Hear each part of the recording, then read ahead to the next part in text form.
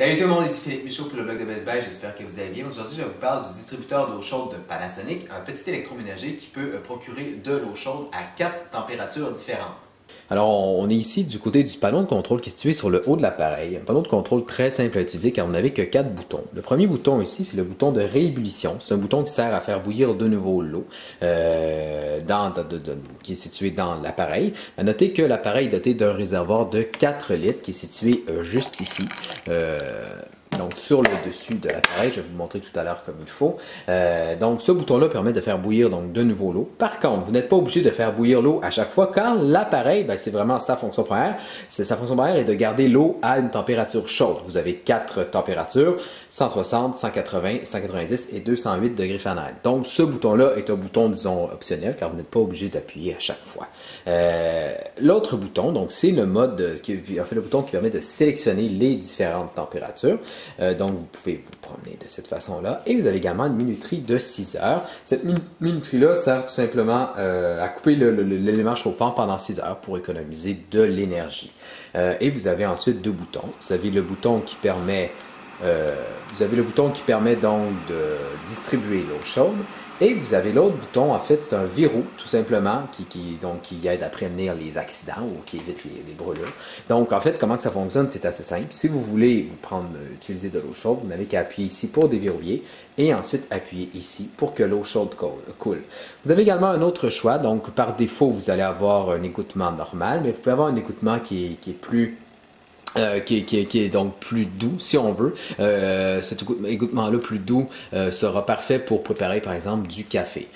De facto, qu'est-ce que vous pouvez faire avec cet appareil-là? Vous pouvez faire une foule de choses. Vous pouvez préparer de l'eau pour la préparation pour nourrisson, donc c'est à 160 degrés. À 180 degrés ici, ce sera parfait pour par exemple du thé japonais. À 190 degrés pour donc le café et 208 degrés Fahrenheit, ce sera pour les nouilles. Donc ici, on est un peu plus loin de l'appareil pour vous montrer justement notre fonction intéressante. C'est ici une espèce d'écran, si on veut, ou une espèce de fenêtre, plutôt une fenêtre, qui permet de voir en temps réel le niveau d'eau restant. Donc vous avez jusqu'à 4 litres d'eau dans cet appareil-là. Et s'il n'y a plus d'eau, l'appareil se ferme automatiquement pour éviter les incendies. Si vous devez remplir l'appareil au complet, vous devez attendre environ 35 minutes avant que l'eau soit suffisamment chaude pour être utilisée. Et donc, pour vous servir de l'eau chaude, c'est assez simple. Vous n'avez qu'à appuyer ici et appuyer ensuite sur le bouton pour avoir de l'eau chaude qui va couler. À noter ici que si vous appuyez, vous avez également, vous pouvez avoir de l'eau, une espèce d'écoulement plus léger, si on veut plus doux, comme j'ai dit tout à l'heure. Mais vous pouvez également avoir un écoulement plus substantiel, si on veut. Et puis, le verrou va se remettre automatiquement après environ 10 à 30 secondes, donc 10 secondes dans la majorité des cas. Et lorsque le verrou se met, si vous appuyez ici, donc je l'ai montré tout à l'heure, il ne se passera rien, vous n'allez pas pouvoir utiliser l'appareil.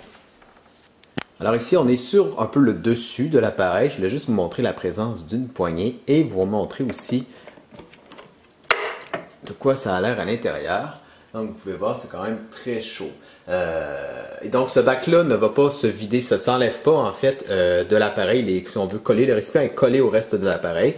Donc si vous voulez le remplir, vous devrez utiliser un verre pour éviter d'abîmer l'appareil. Alors voilà, c'est ce qui fait le tour de cette vidéo. Et puis comme toujours, si vous avez besoin de renseignements supplémentaires, je vous invite à lire ma critique complète sur le blog de Best Buy. C'était Philippe Michaud et je vous dis à la prochaine!